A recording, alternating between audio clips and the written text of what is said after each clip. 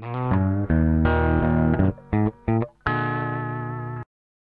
David Suzuki, and the first thing I want to do is just congratulate Pembina for the anniversary that you're celebrating. I must say that I shudder to think if Pembina hadn't been around. Pembina, to me, has been a very, very important organization that's given us a sense of credibility that you could take to the oil patch that an organization like mine would have difficulty duplicating. So thank you, Pembina, for all the work that you've done, and may there be many, many more years.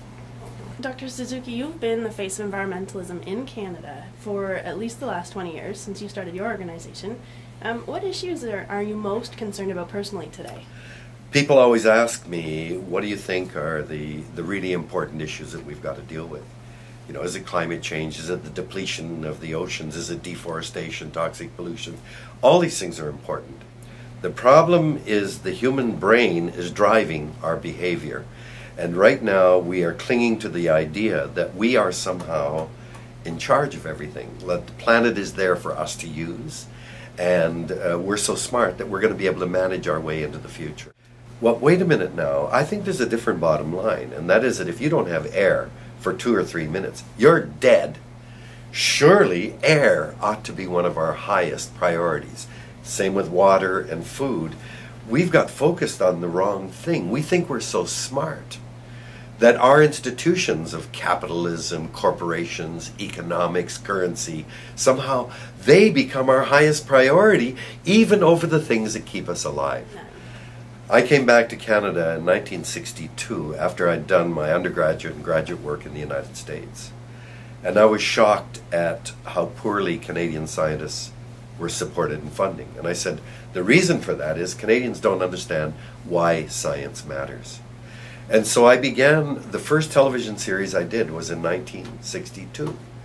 And my whole point was the most powerful force shaping our lives today is science. Science when applied by industry, medicine, and the military.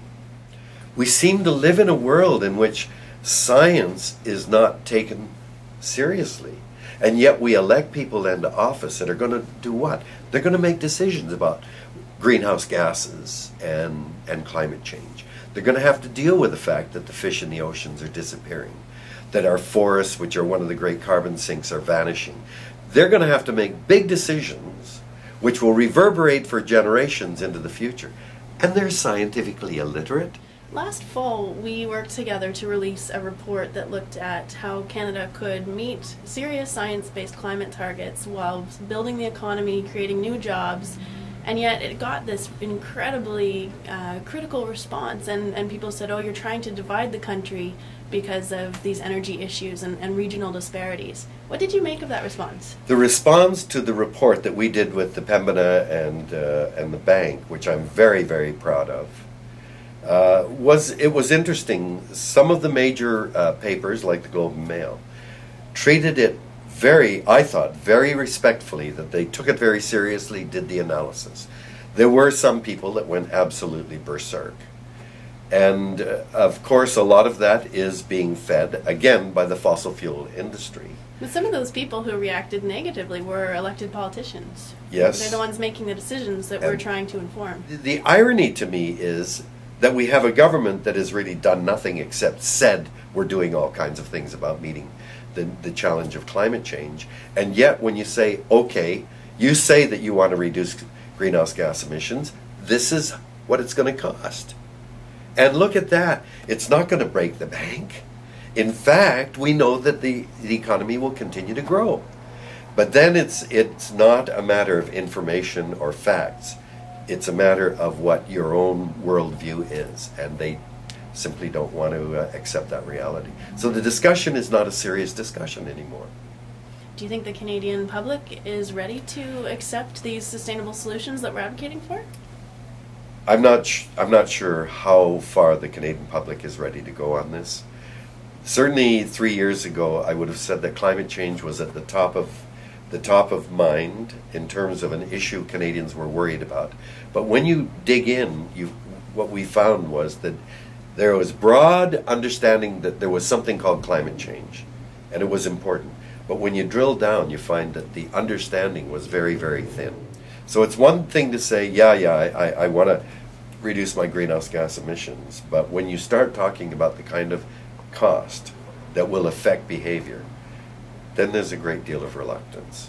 But what I like to do is tell people, we have a prime minister now for 4 years who has said we can't afford to meet the Kyoto target. Sweden is a northern country just like Canada. In fact, it's much further north than Canada, like Stockholm and so on. In the 1990s, they imposed a carbon tax. They now pay $120 a ton, which is a lot of tax to pay for carbon emissions. They have reduced greenhouse gas emissions to 8% below 1990 levels, and their economy grew by 44%.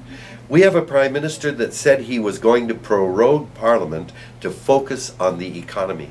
Why then does he perpetuate an absolute lie to say meeting the challenge of climate change will destroy the economy? The fact of Sweden says it's simply not true and the economy can continue to grow. A lot of what we do is also work with government and industry partners to try to improve their record and their performance on environmental issues. Some people say that that's a conflict of interest and that environmental groups shouldn't be involved in that way. What's your perspective? When we come together with these corporations or governments, we have to begin from a base of what we agree. And you saw the failure at Copenhagen.